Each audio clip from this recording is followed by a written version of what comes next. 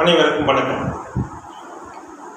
உறவில் காதல் திருமணம் யாருக்கும் நடக்கும். பொதுவாக உறவில் திருமணம் நடக்கும்னாலே 3ஆம் விதி 7ஆம் இடத்தோடு சம்பந்தப்பட வேண்டும், அல்லது தாய்மாமன் சம்பந்தப்பட்ட வழிகிறதோ 7ஆம் இடத்தோடு முதல் சம்பந்தப்பட்டாலும் ஒரு உறவில் திருமணம் ஆகும்.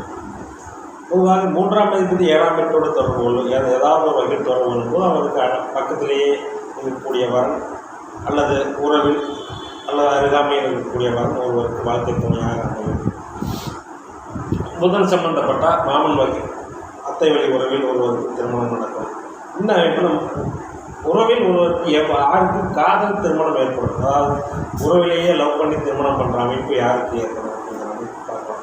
அது காரணத்திரிகோண பாவங்கள் 3, 7, 11 ஒன்றுக்கொன்று கனெக்ட் ஆகும்போது 3, 11ஆம் இடங்கள் ஒருவருக்கு 7, 9ஆம் இடங்கள் ஒருவர் தொடர்பு கொள்ளும்போதும் ஒருவருக்கு காதல் திருமணம் ஏற்படும். காதல் திருமணம் ஏற்படும்னாவே துலாமும் சுக்கிரன் வீடுகான ரிஷப துலாத்தில் பாபர்கள் தொடர்பு இல்லாமல் இருக்க வேண்டும். குறிப்பாக காலபுருஷனுக்கு 7ஆம் வீடான துலாத்தில் பாப கிரகங்கள் இருக்கக்கூடாது, பாப கிரகங்கள் பார்க்கக்கூடாது. அப்படி இருக்கின்ற அமைப்பில் ஒருவருக்கு காதல் திருமணம் உறவில் நடக்கும். சரி, இதை உதாரண வீடியோ மூலம் பார்க்கலாம். இந்த ஜாதகம் பிறந்தது பார்த்திங்கன்னா 19/9/2000 10-15 PM அளவில் பிறந்திருக்கார்.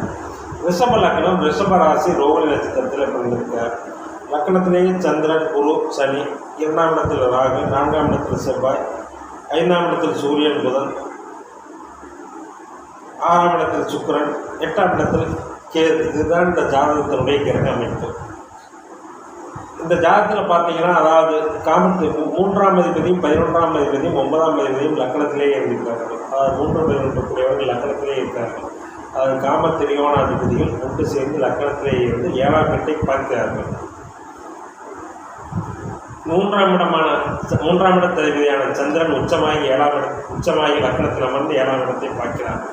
இது இந்த ஜாதகருக்கு சொந்தத்தில் உறவில் திருமணம் நடக்கும் என்பதை சுட்டிக்காட்டுகிறது. அதே அமைப்பில் பார்த்தீங்கன்னா, காதல் வர வேண்டும் என்றால் ஒருவருக்கு அந்த காமத்திரிகோண பாவங்கள் 3, 7, 11ஆம் பாவங்கள் ஒருவர் தொடர்பு கொள்ளும்போது காதல் திருமணம் நடக்கும். இங்கே 3ஆம் அதிபதியும் 11ஆம் அதிபதியும் இணைந்து 7ஆம் வீட்டை பார்க்கிறார்கள்.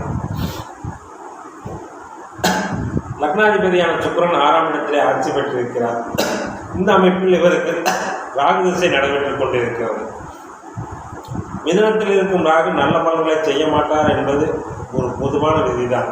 ஆனால் அதே சமயம் திருநிலைகளில் நல்ல பலன்களை செய்வார். மிதுனத்தில் ராகு வந்து அந்த ராகுக்கு வீடு கொடுத்த புதன் உச்சமாக இருக்கும் நிலையில், 2 அங்கிருக்கக்கூடிய புதன் உச்சமாக இருக்கும் நிலையில் அவரே 2ஆம் அதிபதி என்பதால் ராகுவே குடும்பத்தை அமைத்து தரும் பொறுப்பை ஏற்று காதல் திருமணம் என்ற பெயரில் திருமணத்தை நடத்தி வைத்து இருக்கிறது. இந்த அமைப்பில் இந்த ஜாதகருக்கு பெற்றோர்களின் சம்மதமும் கிடைக்கிறது. பெற்றோர்கள் சம்மதம் கிடைக்கலன்னா பார்த்தீங்கன்னா, அதாவது 7ஆம் இடத்தோடு குரு சம்பந்தப்படும் போது பெற்றோர்களின் சம்மதம் இந்த ஜாதகருக்கு கிடைத்து காதல் திருமணம் செய்து கொள்கிறார். எனவே காதல் திருமணம் என்றாலே 3, 7, 11ஆம் இடங்கள் தொடர்பு கொள்ளும். அடுத்தது சுக்கிரன் வீடுகள் இருக்கும் கிரகங்கள் தசாபுத்தி நடக்கும்போது ஒருவருக்கு காதல் திருமணம் நடக்கும்.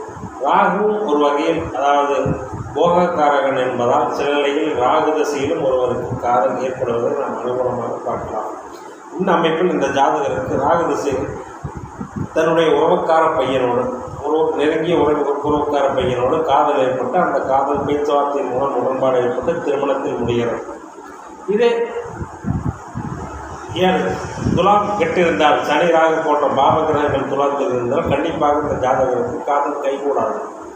காதல் ஒரு காணொலியாக போயிருக்கும். ஆனால் துலாத்தில் சுக்கிரன் இருப்பதாலும் 7ஆம் பாவகத்தை சனி செவ்வாய் பார்ப்பதாலும் 7ஆம் பாவகத்தை சனி செவ்வாய் பார்க்கும்போது அந்த ஜாதகத்துக்கு பார்த்தீங்கன்னா காதல் மேல் ஆர்வம் வந்துவிடும். காதல் 7ஆம் இடத்தை சனி செவ்வாய் பார்க்கும்போது அது இஷ்ட திருமணமாக அந்த திருமணம் முடிவதற்கு பார்க்கணும். இந்த அமைப்பில் 3ஆம் அதிபதியும் 11ஆம் அதிபதியும் 9ஆம் அதிபதியும் லக்னத்திலிருந்து 7ஆம் வீட்டை பார்க்கிறார்கள். கலஸ்தரகாரனாகிய சுக்கிரன் ஆட்சி பெற்றிருக்கிறார். துலாத்தில் சுக்கிரன் தனித்திருக்கிறார். துலாம் கெடவில்லை. 3ஆம் அதிபதி 7ஆம் வீட்டை பார்ப்பது, 11ஆம் அதிபதி 7ஆம் வீட்டை பார்ப்பது இந்த ஜாதகருக்கு நெருங்கிய உறவில் காதலித்து அந்த பையனை திருமணம் செய்து கொள்கிறார்.